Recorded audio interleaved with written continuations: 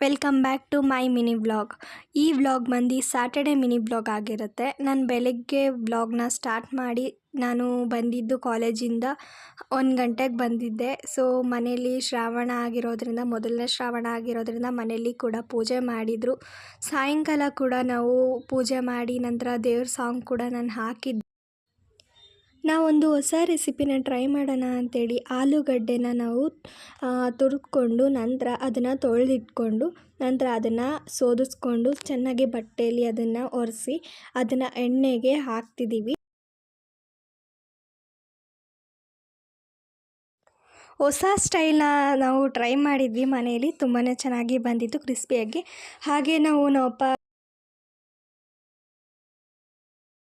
ಪಾನಿಪುರಿ ಕೂಡ ತೊಗೊಂಬರೋಣ ಅಂಥೇಳಿ ಪಾನಿಪುರಿ ಕೂಡ ತಂದು ನಂತರ ತಿಂದು ಬೆಳಗ್ಗೆ ಕೂಡ ನಾವು ದೋಸೆ ಮಾಡಬೇಕಾಗಿತ್ತು. ಸೊ ನಾಳೆ ನಾವು ನಾನ್ ವೆಜ್ ತಿನ್ನಲ್ಲ, ನಾಳೆ ಮಾತ್ರ ಅಲ್ಲ, 1 ತಿಂಗಳು ನಾವು ತಿನ್ನಲ್ಲ ನಾನ್ ವೆಜ್.